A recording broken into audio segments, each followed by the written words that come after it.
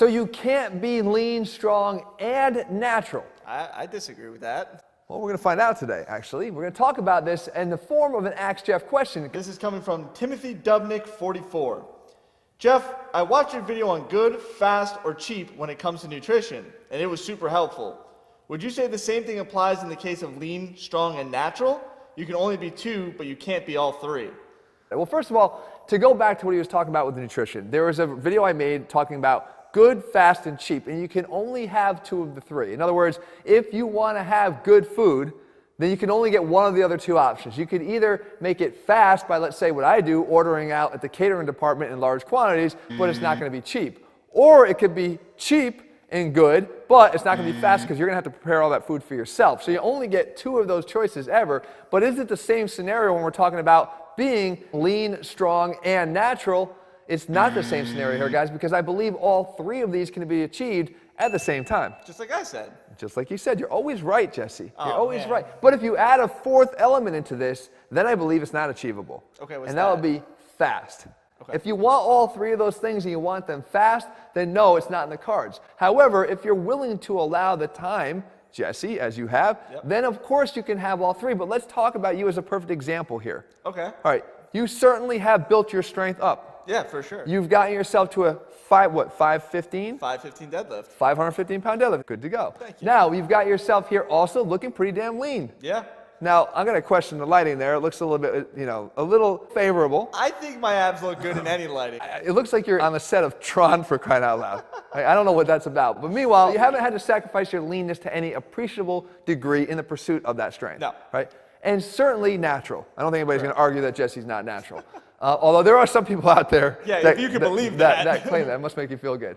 So now, here we are. We've got all three, even in the example of Jesse himself. Yeah.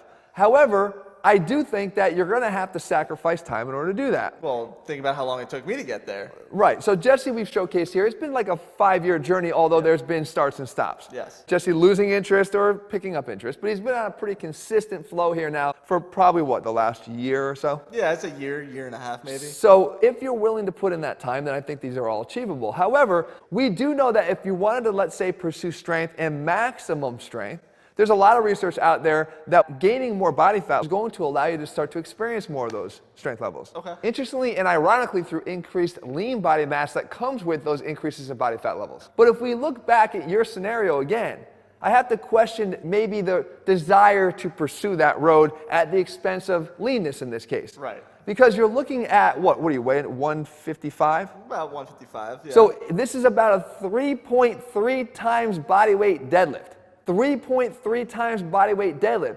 In any shape or form, that is a strong person. That is a very strong deadlift.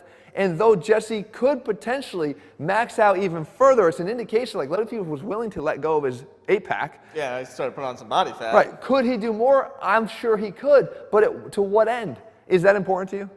What, top end strength? No. Do you want? Well, how strong do you want to be? I mean what if it's possible to be 4 times body weight? I mean, that'd be nice, but it's not my goal. So what is important to you at this point then? Why is leanness? This is a very individual question. I'm asking you guys the same thing. Why does leanness matter to you?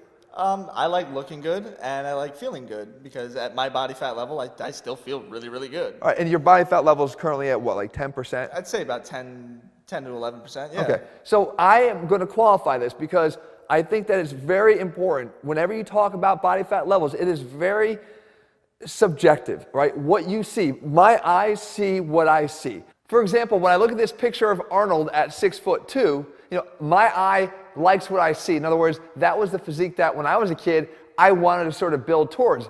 Knowing that I never was going to really get there, but at least I liked the aesthetics of it.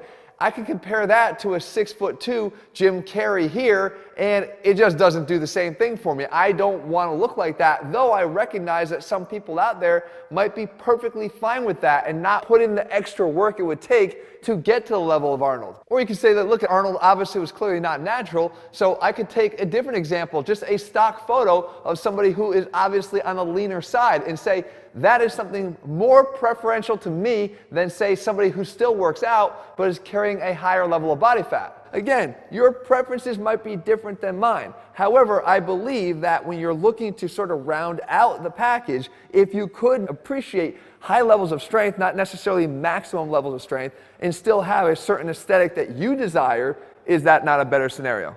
Oh, I definitely think it is. Without having to go through sort of the ups and downs of bulking and cutting. And I've mentioned before, potentially getting stuck in one of those bulks because some of the habits that are learned in the bulking process are sometimes harder to break for some versus others. So now some will say that I just favor this because, ATHLEAN, and I'm always about being athletic and lean and ripped, and, the athletes that I train.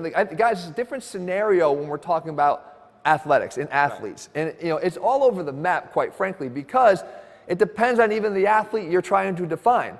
Certain athletes are required or even naturally selected by their sport to be at a certain level of body fat. Sumo wrestlers. There's a perfect example. Sumo wrestlers, if you're going to be 5% body fat, you're probably not going to do too well in that sport. On the contrary, if you're a distance runner, a marathon runner, you likely are going to see guys that are a lot leaner, even sprinters, a lot leaner in their body fat levels than guys who are going to carry a lot more body fat. So what happens is the level of body fat you carry as an athlete should always be determined by whether or not it becomes detrimental to your performance. So if your sport requires more strength, and we know that higher body fat levels tend to help people to reach their maximum levels of strength, then by all means, you would want to increase your levels of body fat, but only to the degree that they don't become an impairment to your ability to perform. Right. If at some point they impaired your ability to perform, then they're no longer serving you, even if they're increasing one element of your overall performance, which is strength. Right, because that can hinder your athleticism. Right, and we have so many examples of people that sort of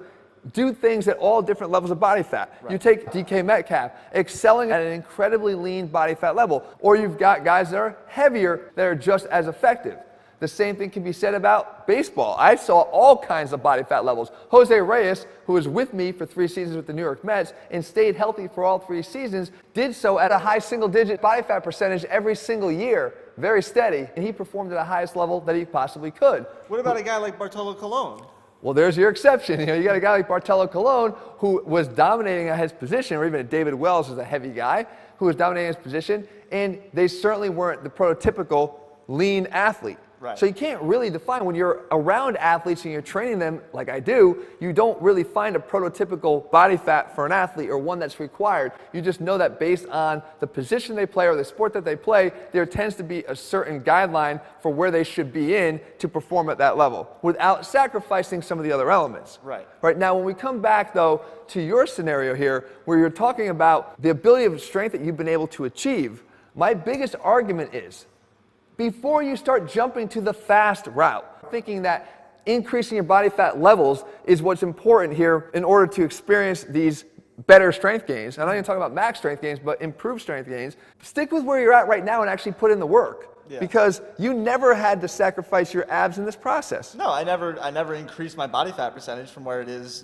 consistently been for the last couple of years. Right. So you've been able to sort of continue to increase your deadlift strength substantially, again, to a point where it's 3.3 times your body weight. And again, admittedly, maybe not even close to your top end strength. You might be the biggest genetic freak going. Jesse, imagine that. Can you imagine? Can you imagine that? But I'm saying, you might be at elite level strength levels, but keeping yourself lean is holding you back from that. But you have to ask yourself that question again, to what end? Isn't it worth the other part of it? And for you, it happens to be. Yeah.